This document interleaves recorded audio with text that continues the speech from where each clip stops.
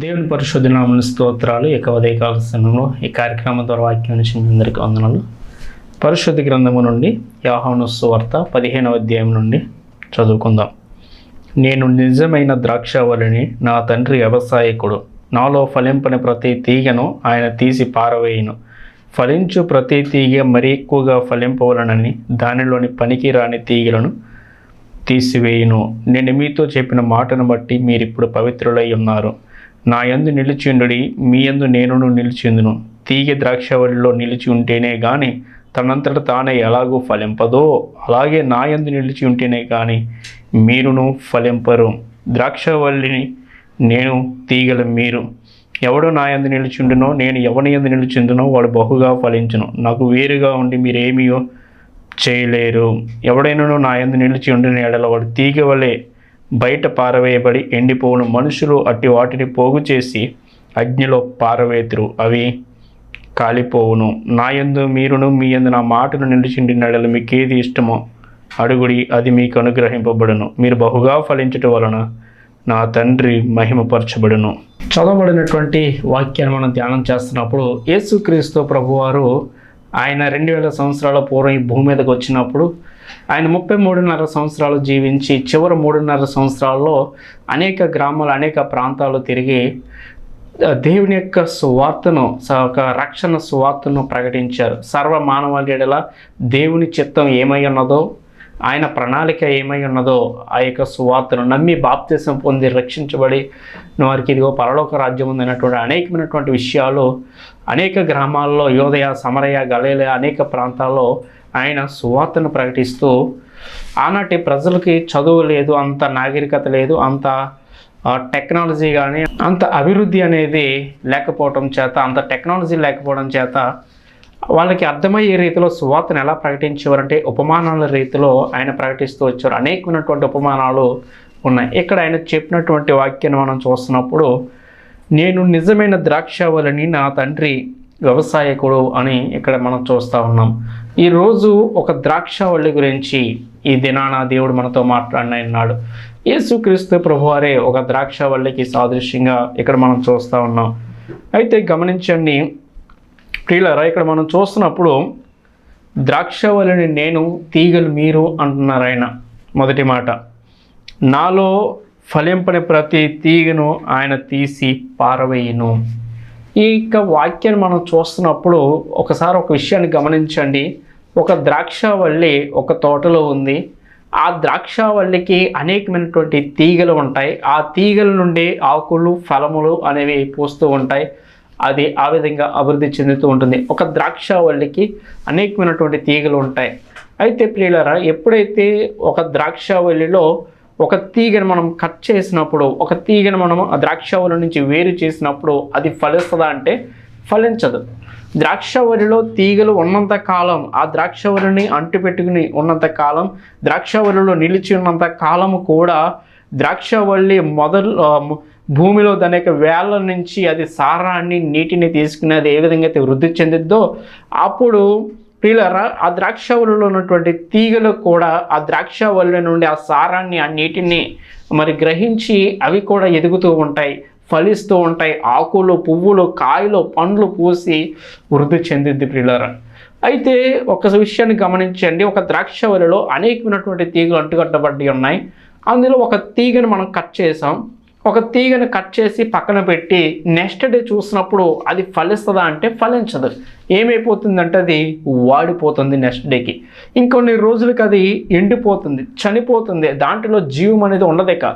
ఎందుకని అంటే ప్రియులారా, అది ద్రాక్షావళిలో ఉన్నప్పుడు మాత్రమే ఫలిస్తుంది. అది ద్రాక్షావళిలో అంటుకట్టబడి ఉన్నప్పుడు మాత్రమే ఫలిస్తుంది. దాని యొక్క వేరు ద్రాక్షావళిలో ఉంటేనే అది ఫలిస్తుంది. ద్రాక్షావళికి ఎప్పుడైతే సెపరేట్ అయిపోతుందో అది ఏమాత్రం కూడా ఫలింపదు. అది చనిపోతుంది, ఎండిపోతుంది. ఎండిపోయిన తర్వాత దాన్ని ఏం చేస్తారంటే అగ్నిలో వేస్తారు. ఇక్కడ యేసుక్రీస్తు ప్రభు చెప్పినటువంటి సందేశాన్ని మనం చూస్తున్నప్పుడు ఈ ద్రాక్షావళి యేసుక్రీస్తు ప్రభుకి సాదృశ్యంగా ఉంది. ఆయనలో ఉన్నటువంటి తీగలు నీకు, నాకు, వాక్యం వినిచున్న నీకు, సంఘానికి సాదృశ్యంగా ఉంది. ఇక్కడ ఒక ద్రాక్షవల్లిని ఒక సంఘానితో పోల్చి చెప్పుకోవచ్చు. సంఘము ద్రాక్షవల్లికి సాదృశ్యంగా ఉంది. తీగలు విశ్వాసులైనటువంటి వారుగా ఉన్నారు. సంఘములో నిలిచి ఉన్నంత కాలం కూడా మనం ఫలిస్తాం. సంఘములో కట్టుబడి ఉన్నంత కాలం కూడా ఫలిస్తాం. ప్రియులారా, ఇక్కడ అందువలన ఇక్కడ ఏం చెప్తుందంటే, నేను ద్రాక్షవల్లిని, నిజమైన ద్రాక్షవల్లిని, నా తండ్రి వ్యవసాయకుడు, నాలో ఫలింపని ప్రతి తీగను ఆయన తీసి పారవేయను, ఫలించు ప్రతి తీగ మరి ఎక్కువగా ఫలించవలనని పనికి రాని తీగలను ఆయన తీసివేయను. ఈనాడు చాలామంది ప్రియులారా ఆత్మీయ జీవితంలో ఫలించినటువంటి స్థితిలో, మూడుబారిపోయినటువంటి స్థితిలో, ఎండిపోయేటటువంటి స్థితిలో, వాడిపోయేటటువంటి స్థితిలో వెళ్ళిపోతున్నారు చాలామంది. రక్షించబడిన దినాల్లో చాలా ఫలభరితంగా ఉంటాయి వారి జీవితాలు.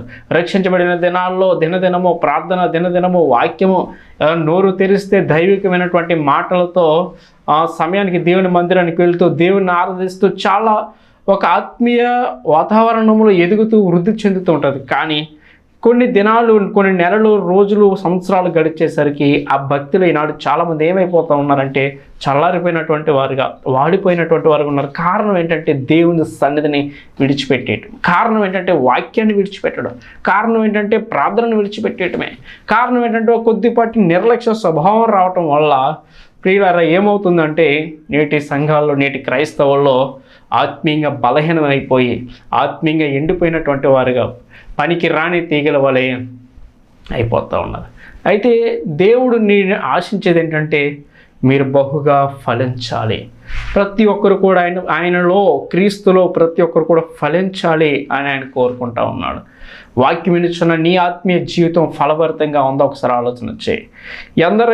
ఎవరైతే దేవునిలో, క్రీస్తులో నిలబడి ఉంటారో, ఎవరైతే ఆయనను అంటుపెట్టుకుని ఉంటారో, ఎవరైతే సంఘములో నమ్మకంగా స్థిరంగా నిలిచి ఉంటారో వాళ్ళు మాత్రమే ఫలిస్తారు.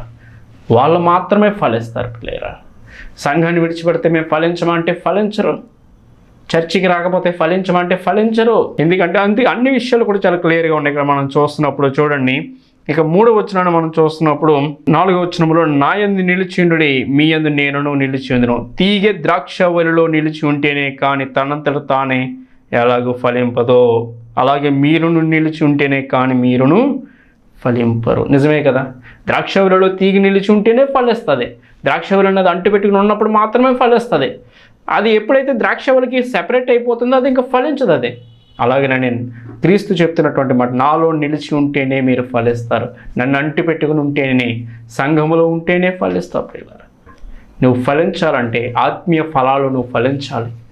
ఆత్మీయ ఫలాలు నువ్వు ఫలించాలంటే సంఘములో నువ్వు అంటు పెట్టుకుని ఉండాలి. జాగ్రత్త. చిన్న చిన్న విషయాలకి, కొన్ని చిన్న సమస్యలకి సంఘాన్ని విడిచిపెట్టేస్తున్నావేమో. ఎవరో ఏదో అన్నారని దేవుని సన్నిధిని విడిచిపెట్టేస్తున్నావా? ఏదో కష్టం వచ్చిందని ప్రార్థన విడిచిపెట్టేస్తున్నావా? దేవుని సన్నిధిని విడిచిపెట్టేస్తున్నావా? జాగ్రత్త. ఈనాడు చాలామంది క్రైస్తవులు ఎలా ఉన్నారంటే భక్తి జీవితంలో స్థిరం లేదు, నిలిచి ఉండేటువంటి అనుభవం అనేది లేదు, వృద్ధి అనేది లేదు. ఎందుకంటే నేటి క్రైస్తవ సమాజం ఎలా అయిపోయిందంటే ప్రియులారా, అనేక చోట్ల నేను చూస్తూ ఉన్నాను, చాలామంది చిన్న చిన్న విషయాలకి పాస్టర్ గారు కొంచెం గద్దిస్తే చాలు, పాస్టర్ గారు కొంచెం వాక్యం చేత హెచ్చరిస్తే చాలు, అదిగో నా పాస్టర్ గారు ఎలా అన్నారు అని చెప్పి ఇంకొక సంఘానికి వెళ్ళిపోదు. ఎంత విచారం ఒకసారి ఆలోచన. సంఘాన్ని విడిచిపెట్టి వేరే సంఘానికి వెళ్ళిపోతున్నావా? జాగ్రత్త. ఒకసారి ఆలోచన. నువ్వే సంఘానికి చెందినవాడైనా నువ్వు నీ స్థానిక సంఘంలో నిలిచి ఉంటేనే, స్థిరంగా ఉంటేనే నువ్వు ఫలిస్తావు. నీ సంఘాన్ని విడిచిపెట్టేసి, మీ స్థానిక సంఘాన్ని విడిచిపెట్టేసి అక్కడికెక్కడికి పరుగులు పెట్టి ప్రార్థన, వాక్యము, ప్రార్థన, ఎక్కడైనా మీటింగే కదా అంటే నువ్వు ఫలించవు. నువ్వు నీ స్థానిక సంఘంలో నిలిచి ఉంటేనే ఫలిస్తావు. నీకు ఒక ద్రాక్షవల్లి ఉంది, అక్కడ ఒక తోటమాలి ఉన్నాడు, ఆ ద్రాక్షవల్లిలో నువ్వు నిలిచి ఉంటేనే ప్రియులారా నువ్వు ఫలిస్తావు. అక్కడ ద్రాక్షవల్లి సంఘానికి, క్రీస్తుకి సాదృశ్యంగా, అందులో తీగలు, సంఘము, సంఘ విశ్వాసుల యొక్క సమూహము అక్కడ ఉంది. మీ స్థానిక సంఘములో అక్కడ నిత్యము అపోస్తుల బోధ యందు సహవాసము, రొట్టె విరుచుట, ప్రార్థన చేయటం నిరంతరం జరుగుతూ ఉన్నాయి. ప్రియులారా, నువ్వు ఆ సంఘాన్ని విడిచిపెట్టేస్తే మాత్రం నువ్వు ఫలించాలి. అందుకని ఇక్కడ యేసు ప్రభు చెప్తున్నాను, నాకు వేరుగా ఉండి మీరే మాత్రం కూడా ఫలించరని దేవుని యొక్క వాక్యం సెలవిస్తాను. తీగ ద్రాక్షవల్లిలో నిలిచి ఉంటేనే కానీ తనంతట తాను ఎలాగో ఫలింపదో, నా యందు నిలిచి ఉంటేనే కానీ మీరును ఫలించరు. ద్రాక్షవల్లి నేను, తీగలు మీరు. యేసు ప్రభు చెప్తున్నాడు. ద్రాక్షవల్లి ఆయనే, సంఘముకి శిరస్సు అయి ఉన్నాడని దేవునికి వాక్యం చెప్తుంది. సంఘం అంటే ఆయన శరీరం, అంటే ఆయనే. ఈ ద్రాక్షవల్లికి సాదృశ్యంగా ఉన్నటువంటి ఆయనలో ఉన్నటువంటి విశ్వాసుల సమూహము మనమంతా కూడా ఒక సంఘమై ఉన్నాం ప్రియులారా. ఆ సంఘంలో మనం స్థిరంగా నిలిచి ఉంటేనే ఎన్ని ప్రతికూల పరిస్థితులు వచ్చినా, ఎన్ని ఒడిదుడుకులు వచ్చినా, ఏ సమస్య, ఏ శోధన, ఏ గలిబిలు వచ్చినా సరే తట్టుకుని సహించి నిలబడితేనే నువ్వు నిలబడగలవు, నువ్వు ఫలించగలవు, నీ ఆత్మీయ జీవితం ఫలభరితంగా ఉంటుంది. ఏదో చిన్న చిన్న సమస్యలు సంఘాన్ని విడిచిపెట్టేస్తే మాత్రం నువ్వు ఫలించలేవు. నువ్వు అక్కడికి పరుగులు పెడితే నీ జీవితంలో, నీ ఆత్మీయ జీవితంలో నువ్వు ఫలించలేవు ప్రియులారా. ప్రియ దేవుని సంఘం, ఒకసారి ఆలోచించండి. వాక్యం ఇచ్చిన ప్రతి ఒక్కరు కూడా, నువ్వు ఏ సంఘానికి చెందినవాడు సరే, ఏ డినామినేషన్ చెందినవాడైనా సరే, ఏ ప్రాంతానికి చెందినటువంటి వాడు సరే, నీ వ్యక్తిగత, మీ స్థానిక సంఘంలో నువ్వు నమ్మకంగా నిల్చుని, నీ సేవకునికి లోబడి, మీ సేవకులు ఏవైతే బోధిస్తూ ఉన్నాడు, ఏమైతే హెచ్చరిస్తూ ఉన్నాడో అవి దైవ వాక్కులుగా నువ్వు భావించి, ఆ వాక్యానికి, ఆ మాటలకు నువ్వు కట్టుబడి అక్కడ నిలిచి ఉంటే నీ జీవితాన్ని దేవుడు ఫలభరితంగా చేస్తాడు, నిన్ను ఆశీర్వదిస్తాడు దేవుడు. నువ్వు పనిగట్టుకుని నన్ను ఆశీర్వదించే దేవుడు నువ్వు అడగాల్సినటువంటి అవసరం లేదు. నువ్వు స్థిరంగా నిలిచి ఉంటే, క్రీస్తులో, సంఘములో నువ్వు నిలిచి ఉంటేనే నువ్వు ఫలిస్తావు. నాకు వేరుగా ఉండి మీరు ఏమీ చేయలేరని దేవునికి వాక్యం సెలవిస్తూ ఉంది. ప్రియులారా గమనించండి. ఇంకా మనం చూస్తున్నప్పుడు, ఇంకా ఎవడు నా యందు నిలిచుండునో, నేను ఎవని యందు నిలిచుండునో వాడు బహుగా ఫలించును. ఫలించటమే కాదు ప్రియులారా, నువ్వు బహుగా ఫలిస్తావంట. ఎప్పుడైతే మీ సంఘములో నీవు నిలిచి ఉంటావో, ఎప్పుడైతే క్రీస్తులో నువ్వు నిలబడి ఉంటావో, ఆయనను అంటుపెట్టుకుని ఉంటావో, ఆయనను విడిచిపెట్టకుండా ఉంటావో, నువ్వు బహుగా ఫలిస్తావు. నీ జీవితం ఫలభరితంగా ఉంటుంది. ఆత్మీయ ఫలాలు నీ జీవితంలో ఉంటాయి. ఆత్మ ఫలాలు మనం చూస్తాం. గలతీ 5:22లో ప్రేమ, సంతోషము, సమాధానము, దీర్ఘశాంతము, దయాళత్వం, విశ్వాసం, మంచితనము, సాత్వికము, ఆశ, నిగ్రహం అనేటువంటి యొక్క 9 ఫలాలు కూడా నీలో ఫలిస్తాయి. మంచి ద్రాక్షాలు. నువ్వు ఫలించాలని ఆయన కోరుకుంటున్నాడు. నీ జీవితం ఆశీర్వదకరంగా ఉండాలని ఆశపడుతున్నాడు. నువ్వు ఫలించాలని ఆయన ఆశపడతాడు. అంతేగాని ఇక్కడ ఏమంటుందంటే, ఇక్కడ మనం చూస్తున్నప్పుడు 8వ వచనంలో, మీరు బహుగా ఫలించటం వలన నా తండ్రి మహిమపరచబడని. ఆయన ఉద్దేశం అదే, నువ్వు ఫలించాలి అని, నువ్వు ఆశీర్వదించబడాలి అని, నువ్వు అభివృద్ధి చెందాలని, నీ జీవితం దీవెనకరంగా ఉండాలని, నీ జీవితం ఆశీర్వదకరంగా ఉండాలని, నీ జీవితము మేలుకరంగా ఉండాలని దేవుడు కోరుకుంటున్నాడంట. అందుకని నువ్వు ఫలించటం వలనే నా తండ్రి మహిమపరచబడతాడని యేసుక్రీస్తు ప్రభువారు చెప్తున్నట్లుగా మనం ఇక్కడ 9వ వచనంలో మనం చూస్తూ ఉన్నాం. చూడండి 5వ వచనంలో, ద్రాక్షవలని నేను తీగలు, మీరు ఎవడు నా యందు నిలిచిండునో, నేను ఎవని యందు నిలిచిండునో వాడు బహుగా ఫలించును. నాకు వేరుగా ఉండి మీరు ఏమీ చేయలేరు. You can't. నాకు వేరుగా ఉండి మీరు ఏమీ చేయలేరు. సంఘాన్ని విడిచిపెట్టి, దేవుని విడిచిపెట్టి, ప్రార్థన విడిచిపెట్టి, వాక్యాన్ని విడిచిపెట్టి, నీ అంతటి నువ్వు ఫలించాలనుకుంటే, నీ అంతటి నువ్వు వృద్ధి అవ్వాలంటే, నీ అంతటి నువ్వు డెవలప్ అవ్వాలనుకుంటే, నీ అంత నువ్వు గొప్పవాడో కావాలంటే నీ వల్ల కాదు. ఇంపాసిబుల్. నువ్వు దేవుని సన్నిధిని విడిచిపెడితే మాత్రం నీ జీవితంలో వృద్ధి అనేది చూడలేదు. కొన్ని సంవత్సరాల క్రితం మా అమ్మమ్మ బాదంపొడి, మా అమ్మమ్మ గారు ఊరు, మా మామయ్యకి వాళ్ళ సంఘ కాపరి వాళ్ళ అబ్బాయికి గొడవ అయితే ఇబ్బంది, మా మనస్పర్ధలు వచ్చి గొడవ అయినటువంటి టైంలో మా అమ్మమ్మ తాతయ్య వాళ్ళు ఏం చేశారంటే ఆ చర్చికి వెళ్ళడం మానేశారు. వేరే చర్చికి వెళ్ళడం ప్రారంభించారు. వేరే చర్చికి వెళ్తున్నారు. మేము ప్రతి సంవత్సరం సెలవులకు వెళ్తూ ఉండేవాళ్ళం. అమ్మమ్మ గారి ఇంటికి వెళ్తున్న టైంలో ఆ సంఘ కాపరి నాకు చెప్పారు, ఇక మీ అమ్మమ్మ ఇలాగా మానేసరి ఇలా జరిగిందని చెప్పి. అంటే అది వాక్యానుసారం అన్నప్పుడు నేను అన్నాను, అన్నది వాక్యానుసారం కాదు, నేను చెప్తాను, వాళ్ళతో నేను మాట్లాడతాను అని చెప్పి నేను చెప్పాను. అమ్మ అది కరెక్ట్ కాదు, సంఘాన్ని విడిచిపెట్టడం అది మనకి దీవెనకరం కాదు అని చెప్పి రూతు గురించి జ్ఞాపకం చేస్తాను. నిజమే ప్రియులారా, ఆ యొక్క బెత్లెహేములో కరువు వచ్చిందని మోయాబుకి వెళ్ళిపోయినటువంటి చూస్తున్నప్పుడు ఏమైనా ఆశీర్వాదం పొందిందా అంటే, ఏమైనా దీవెన పొందిందా అంటే ప్రియులారా, తన భర్తను పోగొట్టుకుంది, తన 2 కుమారులను కూడా పోగొట్టు. బెత్లెహేములో కరువు వచ్చిందని కేవలం ఆమెకు మాత్రమే కరువు, ఆ ప్రాంతం అందరికీ కరువు వచ్చింది. ఎంతోమంది సహించారు, ఎంతోమంది భరించారు, ఎంతోమంది కింద మీద పడి అక్కడే పడి జీవించారు, వాళ్ళ జీవితాలు బాగున్నాయి ఈరోజు. కానీ ఆమె కొద్దిపాటి కరువు వచ్చిన దానికి తట్టుకోకపోవడం వల్ల అన్య దేశమైనటువంటి బబులోనికి వెళ్ళిపోయినప్పుడు ప్రియులారా, మోయాబుకి వెళ్ళిపోయినప్పుడు ఏమైనా మేలు పొందిందా అంటే ఏం మాత్రం కూడా మేలు పొందలేదు. 4-3 తీసుకుని వెళ్ళినట్టు ఆమె తిరిగి వచ్చినట్టుగా ఉంది. భర్తను పోగొట్టుకుని 2 కుమారులు కూడా పోగొట్టుకున్నారు. ఇదే విషయాన్ని చెప్పాను అమ్మమ్మ అది దీవెనకరం కాదు, అది వాక్యానుసారం కాదు నేను చెప్పినప్పుడు ఆ తదుపరి వారం నుంచి అక్కడికి వెళ్ళడం మానేసి మళ్ళీ ఇక్కడికి వచ్చేసారు. నా మాట గౌరవించి, నా మాట వాళ్ళకి అర్థం చేసుకున్నారు, మంచి మనసు అర్థం చేసుకుని ఇక వెంటనే ఆ చర్చి మానేసి మళ్ళీ వాళ్ళ స్థానిక సంఘానికి వచ్చారు పిల్లలు. నేను ఎక్కడికి వెళ్ళినా ఇదే చెప్తాను, మీరు మీ స్థానిక సంఘంలో మీరు నిలిచి ఉండాలి, మీరు మీ స్థానిక సంఘంలో నమ్మకంగా ఉండాలి, మీరు మీ స్థానిక సంఘ కాపరికి లోబడి ఉండాలి, మీ సంఘ కాపరిని మీరు గౌరవించాలి. సంఘము దేవుడిచ్చినటువంటిది, ఆయన శరీరానికి సాదృశ్యంగా ఉంది. ఆయన శరీరంలో మీరు అవయవాలై ఉన్నారు పిల్లలు. క్రీస్తులో ఆ సంఘంలో మీరు నిలిచి స్థిరులుగా ఉంటేనే ఫలిస్తారు. ఇక్కడికి పరుగులు పెడితే మాత్రం మాత్రం కూడా ఫలించలేదు పిల్లలు. గమనించండి, ఒకసారి ఆలోచన చేయండి. నాట నుంచి నేటి వరకు మళ్ళీ అటువైపు వెళ్ళిందే లేదా మమ్మల్ని ఇక్కడికే వస్తాం. ఆ కాపరు అడిగారంట, అమ్మ వచ్చారు కదా, మీరే వచ్చారు కదా, మళ్ళీ మానేసారేంటని. లేదు మేము రాము, మా స్థానిక సంఘానికి మేము వెళ్తున్నాం అని చెప్పారంట. అవును ప్రియులారా, వాక్యానికి లోబడితేనే అది మనకి ఎంతో దీవెనకరం, మనకి ఎంతో ఆశీర్వాదకరమై ఉంది. నాకు వేరుగా ఉండి మీరు ఏమీ చేయలేరు. ఎవడైనాను నా యందు నిలిచి ఉండినాడు వాడు తీగవలే బయట పారవేయబడి ఎండిపోవును. ఆత్మీయ జీవితంలో ఎండిపోతాం. ఎప్పుడో తెలుసా? దేవుని సన్నిధిని విడిచిపెట్టినప్పుడు.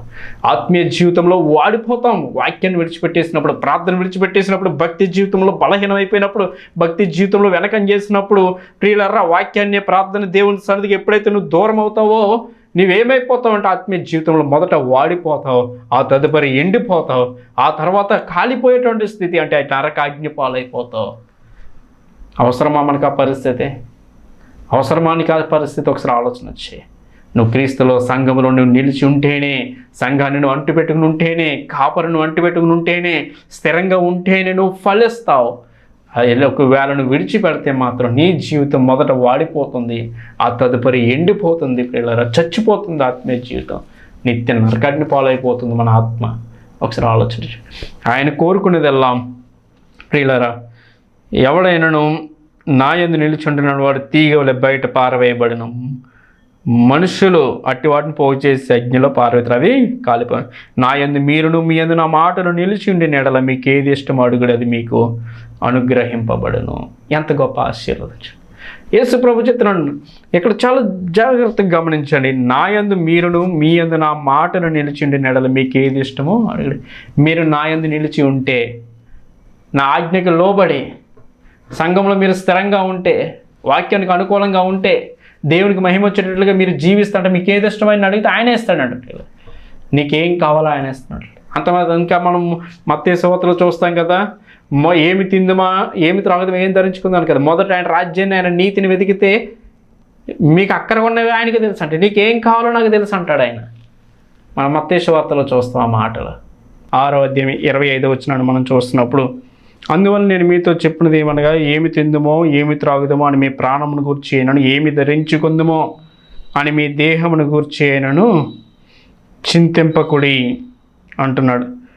ప్రియులారా, ఇంకా మనం చూస్తున్నప్పుడు ఆకాశ పక్షులు చూడడ, విత్తవు, కోయవు, కొట్లలో కూర్చుకొని ఆయనను పరలోకపు తండ్రి వాటిని పోషించుచున్నాడు, మీరు వాటి కంటే బహుశ్రేష్ఠులు కారా అని చెప్తూ, ఇక్కడ మనం కిందకు చూస్తున్నప్పుడు 31వ వచనంలో, కాబట్టి ఏమి తినిందమో ఏమి త్రాగుదమో ఏమి ధరించుకుందామని చింతింపకుడు, అన్యజనులు వీటి విషయమే విచారింతురు, ఇవన్నీ మీకు కావాలని మీ పరలోకపు తండ్రికి తెలియను. కాబట్టి మీరు ఆయన రాజ్యమును నీతిని మొదట వెతుకుడు, అప్పుడు అవన్నీ మీకు అనుగ్రహించబడును. యేసుక్రీస్తు ప్రభు చిత్రం.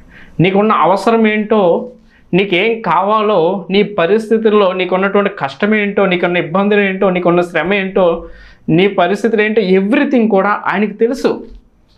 నీకంటే ముందే ఆయనకి తెలుసు. నీకు రేపు ఏం కావాలో నీకు రేపు తెలుస్తుంది, కానీ ఆయనకి ఈరోజే తెలుసు నీకేం కావాలో. కాబట్టి ఆయన ఇక్కడ ఏం చెప్తున్నారు, కాబట్టి మీరు ఆయన రాజ్యమును నీతిని మొదట, అందుకనే మీరు ఏం తిందామో ఏం త్రాగుదామో ఏం ధరించుకుందాం అని చింతించొద్దు అంటున్నాడు పిల్లలు. చింతించొద్దు. ఈనాడు మనుషులు చెంత ఇదే, ఇంకా సంపాదించుకోవాలి, ఎలాగా ఏం చేయాలి, ఎక్కడి నుంచి ఏం చేస్తే ఎలా వస్తుంది, ఉన్నదంతా తృప్తి అనేది లేదు నేటి క్రైస్తవుల్లో. మనుషుల్లో, మానవ జాతిలో, మరి క్రైస్తవుల్లో కూడా అలాగనే ఉన్నట్లుగా మనం చూస్తూ ఉన్నాం. యేసుక్రీస్తు ప్రభు వారు ఇక్కడ చెప్తున్నటువంటి మాట 6వ అధ్యాయంలో, ఏమి తినిందమో ఏమి త్రాగుదామో ఏమి ధరించుకుందామో చింతింపకుడి, అన్యజనులు వీటి విషయం. అన్యజనులు విచారించి చెప్పాను, అన్యజనులు.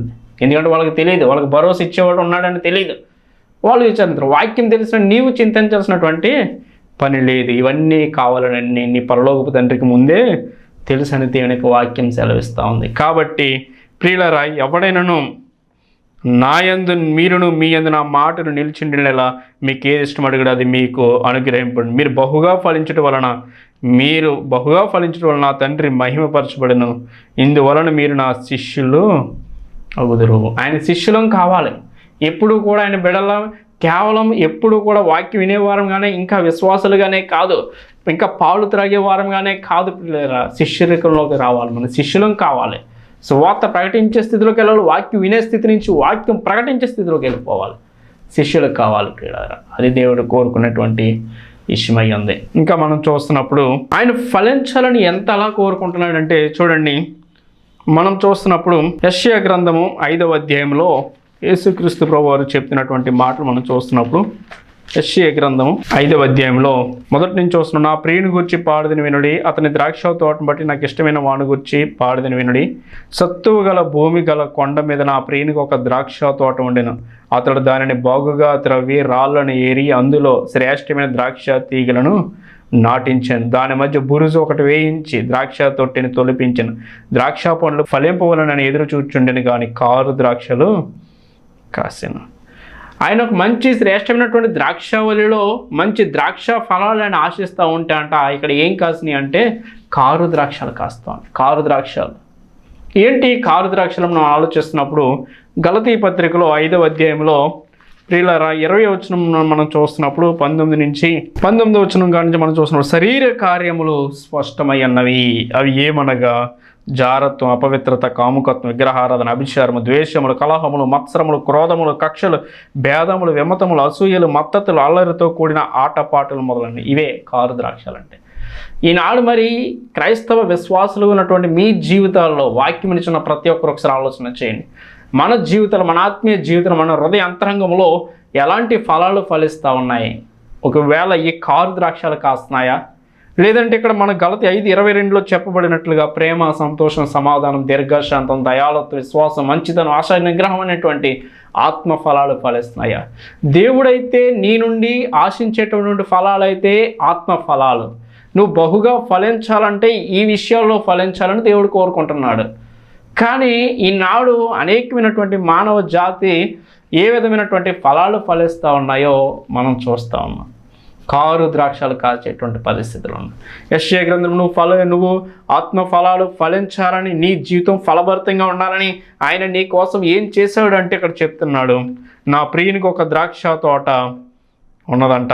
అతడు దానిని బాగుగా త్రవ్వి రాళ్లను ఏరి శ్రేష్టమైన ద్రాక్ష తీగలను నాటించాను. ద్రాక్ష తీగలు నేను ముందే చెప్పాను, ద్రాక్ష తీగలు నీవు నేనే. అంటే దేవుడు నిన్ను సృష్టించుకున్నప్పుడు, దేవుడు నిన్ను పుట్టించినప్పుడు నీవు ఒక శ్రేష్టమైనటువంటి ద్రాక్ష తీగవే. చాలా మంది అంటారు మనిషి జన్మ పాపి, కర్మ పాపి అని, పుట్టుకతో పాపం తర్వాత పాపం అని అనేకమైన విషయాలు మనం వింటూ ఉంటాం. ప్రియులారా గమనించండి, ఒకవేళ మనిషి జన్మ తరహా పాపి అయితే దేవుని సృష్టిలోనే లోపం ఉంటుంది. మనిషిని పాపిగా చేశాడా దేవుడు అంటే లేదు. అందుకని దేవుని వాక్యం చెప్తుంది, నరులను నేను యథార్థవంతులుగా పుట్టించాను కానీ వారు నానా విధములైన తంత్రాలు కల్పించి చెడిపోయారు అని దేవునికి వాక్యం. అంటే దేవుడు నిన్ను పుట్టించినప్పుడు నువ్వు యథార్థవంతుడివే, దేవుడు నిన్ను సృష్టించినప్పుడు నువ్వు యథార్థవంతురాలువే. నిన్ను నీతిగానే, యథార్థంగానే, పరిశుద్ధంగానే దేవుడు పుట్టించి భూమి మీద పెట్టాడు. కానీ మానవులే నానా విధమైనటువంటి తంత్రాలు కల్పించుకుని చెడిపోయారని దేవునికి వాక్యం సెలవిస్తూ ఉంది. ఇక్కడ అంటున్నాడు, ఇదిగో చూడండి, ఆయన ఇక్కడ ఏం చెప్తున్నారంటే శ్రేష్టమైన ద్రాక్ష తీగలను నాటించాడు. శ్రేష్టమైనటువంటి ద్రాక్ష తీగ నువ్వు ఒక శ్రేష్టమైనటువంటి ద్రాక్ష తీగవే. కానీ నువ్వేం ఫలిస్తున్నావు? నీలో ఎలా ఉంది నీ యొక్క ఫలభరితమైన జీవితం? నువ్వు మంచి ఫలాలు ఫలిస్తున్నావా? కారు ద్రాక్షాలు ఫలిస్తున్నావా? ఆత్మ ఫలాలు ఫలిస్తున్నావా? శరీర కార్యాలు ఫలిస్తున్నావా? ఒకసారి ఆలోచన వచ్చాయి. నువ్వు మంచి ఫలాలు ఫలించాలని ఆశపడుతున్నాడు. నువ్వు ఫలించడం వల్ల నా తండ్రి మహింపరచబడుతుంది యేసు ప్రభు చెప్తా ఉన్నా.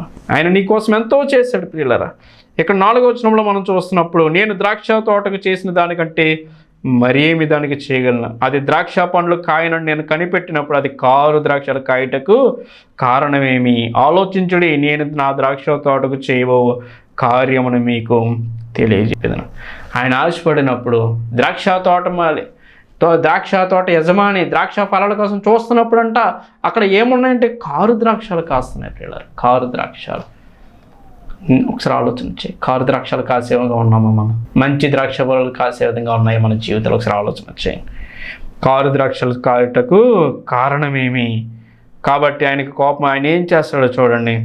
ఇక్కడ మనం చూస్తున్నప్పుడు అది మేసివేయబడినట్లు దాన్ని కంచెను కొట్టేస్తాడు, అది త్రొక్కబడినట్లు దాని గోడలు పడగొట్టి పాడు చేస్తాడు, అది శుద్ధి చేయబడదు, పారతో కొట్టివేయబడదు, గచ్చపొదలు బలు రెక్కసి చెట్లు ఈ విధంగా అతను నాశనం చేస్తున్నాడు. దేవుని యొక్క వాక్యం సెలవిస్తుంది. దాని మీద వర్షం లేకుండా చేస్తున్నాడు. ప్రియులరా, ఆయన నాశనం చేస్తున్నాడు. దేవుని యొక్క వాక్యం సెలవిస్తూ ఉంది. మనం ఇంకా చూస్తున్నప్పుడు కీర్తన గ్రంథంలో 37వ అధ్యాయం 35వ వచనంలో, కీర్తన గ్రంథం 37:35లో, భక్తిహీనుడు ఎంతో ప్రబలి ఉండట నేను చూచి తిని, అది మొలిచిన చోటని విస్తరించిన చెట్టు వలె వాడు వర్ధిల్లి ఉండెను. భక్తిహీనుడు చాలామంది ఈనాడు క్రైస్తవులు ఉన్నటువంటి ఒక ఆలోచన, ఒక సందేహము ఏంటంటే, చాలామంది క్రైస్తవుల్లో మేము ఇంత భక్తి చేస్తున్నాము, దేవుని సన్నిధికి వెళ్తున్నాం, ప్రార్థన చేస్తున్నాం, వాక్యం వింటున్నాం, ఆరాధన చేస్తున్నాం, దేవుని ఆరాధిస్తున్నాం, ఆయన నమ్ముకున్నాం, కానీ మా జీవితంలో అంత ఆశీర్వాదం కనిపించట్లేదు, మా అంత అభివృద్ధి అనేది కనిపించట్లేదు, ఎప్పుడు సమస్యలే, శోధనలే, గలివిలే, ఆర్థిక ఇబ్బందులు, అనేకమైనటువంటి సమస్యలతో ఏంటి జీవితము అని నిరుత్సాహపడుతూ అన్యజనులుగా ఉన్నటువంటి ఇతరులను, భక్తిహీనులను చూసి వాళ్ళు డెవలప్ అవుతున్నటువంటి పరిస్థితి చూసి ఏమనుకుంటారంటే, వాళ్ళు బాగున్నారు, మందిరానికి రాని వాళ్ళు, ప్రార్థన చేసుకోలేని వాళ్ళు బాగున్నారు, మారు మనసు పొందిన వాళ్ళు బాగున్నారు, సినిమాలకి షికార్లకు తిరిగే వాళ్ళు బాగున్నారు, మాకంటే లోకస్తులే బాగున్నారు, అన్యులే బాగున్నారు, ఎందుకు అని ఆలోచిస్తూ ఉంటారు. అయితే దేవుని యొక్క వాక్యం సమాధానం చూడండి. ఇక్కడ భక్తిహీనుడు ఎంతో ప్రబలి ఉండుట నేను చూచి ఉంటిని. భక్తిహీనుడు చాలా ఈజీగా ప్రబలిపోతారు. భక్తిహీనుడు చాలా ఈజీగా డెవలప్ అయిపోతారు. ఎందుకంటే ఒకసారి ఆలోచన చేయండి, ఒక మంచి మొక్క, ఒక మంచి ద్రాక్షవల్లి, ఒక మంచి చెట్టు ఫలాలు కాయాలంటే ప్రియులారా దానికి అనేకమైనటువంటి పనులు చేయాలి. ఒక వ్యవసాయం చేయాలంటే, ఒక వరి పంట మనకు కావాలంటే ప్రియులారా, అది ఎక్కడ పడితే అక్కడ రోడ్ల మీద దానికి అది ఫలించదు. దానికి కొంత భూమి ఉండాలి, దాంట్లో నీళ్లు పెట్టాలి, దాన్ని దున్నాలి, విత్తనము వేయాలి, అది మొలవాలి, దానికి మందులు వేయాలి, ఇది ఎదిగిన తర్వాత మళ్ళీ దాన్ని పీకి ఓడ్చాలి, మళ్ళీ కలుపు తీయాలి, మందులు వేయాలి, కనిపెట్టాలి, చూడాలి, అది కొంతకాలానికి ఎదిగి ఫలిస్తుంది. ఇదేమీ చేయకుండా వరి పంట అనేది చేతిలోకి రాదు. కానీ పిచ్చ మొక్కలు, గడ్డి, రోడ్డు ప్రక్కన మనం చూస్తాం, ఆవులు, గేదెలు, గొర్రెలు మేసేటటువంటి రొప్పలు, తొప్పలు చూస్తున్నప్పుడు అవి వాటికి అవే ఎదిగిపోతాయి, వాటికి అదే ఫలించేస్తాయి. వాటిని ఎవరైనా వేస్తారంటే లేదు, వాటికి ఎవరైనా నీళ్లు పెడతారన్నో, వాటిని ఎవరైనా పట్టించుకుంటారనో, కానీ చాలా విస్తారంగా ఎదిగిపోతాయి. కానీ వాటి వల్ల ఏమైనా యూజ్ ఉందా, ఉపయోగం ఉందా? అదేమీ ఉపయోగము ఉండదు. కానీ భక్తిహీనులు అంతే, అలాగే వృద్ధి అయిపోతారు, అవి వాళ్ళకి శాశ్వతం కాదు. కానీ ఒక క్రైస్తవులుగా మన జీవితం ఆశీర్వాదకరంగా ఉండాలంటే మాత్రం అన్నిటిని మనం సహించాలి, భక్తి చేయాలి, ప్రార్థన, వాక్యం ఉండాలి, సంఘములో నిలిచి స్థిరంగా ఉండాలి, అనేకమైనటువంటి ఆటుపోట్లను తట్టుకోవాలి, శ్రమలను తట్టుకోవాలి, ప్రతికూల పరిస్థితులను ఎదుర్కోవాలి, ఆ విశ్వాసంలో స్థిరులుగా ఉండి అవిశ్వాసాన్ని జయించాలి, పరిశుద్ధంగా ఉంటూ పాపాన్ని జయించాలి, లోకంలో ఇతరులకి మనం మాదిరిగా ఉండాలి. మీరు లోకమునికి వేరే ప్రత్యేకంగా ఉండమని దేవునికి వాక్యం సెలవిస్తూ ఉంది. ఎందుకంటే నువ్వు పెచ్చ మొక్కవు కాదు, నువ్వు ఒక పిచ్చి గడ్డివి కావో, నువ్వు ఒక ఫలించేటట్టు ఒక ద్రాక్షవల్లివి.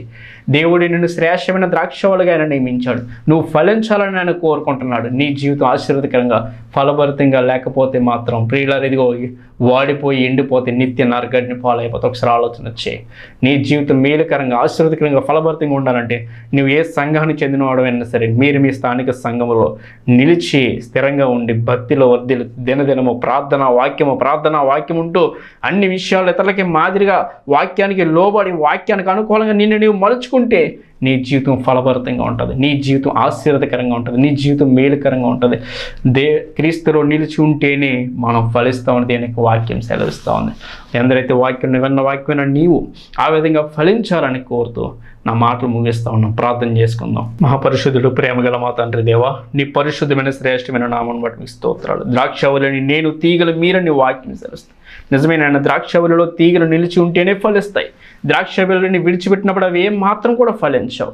నేను అలాగేనని రక్షించబడి మారు మనసు పొందిన నీ ప్రియ బిడ్డలు మేము అందరం కూడా క్రీస్తులో సంఘములో స్థిరులుగా నిలిచి దినదినము ఫలించడానికి సహాయించండి. మీరు మా కోసం ఎంతో చేశారు, కానీ కారు ద్రాక్షలు కాసే పరిస్థితులు ఉన్న మేము మా జీవితాలను సరిచేయండి. ఆత్మ ఫలాలు ఫలించడానికి సహాయించండి. పరిశుద్ధ, యథార్థత, నీతి ఎందరైతే వాక్యంలో నీ ప్రియబిడ్డలు ప్రతి ఒక్కరికి అనుగ్రహించమని, సహాయించమని, దీన ప్రార్థన ఆలకించమని చేస్తున్నామని అడుగుతున్నాను మా పరమ తండ్రి. ఆమేన్. అందరికీ వందనాలు. God bless you all.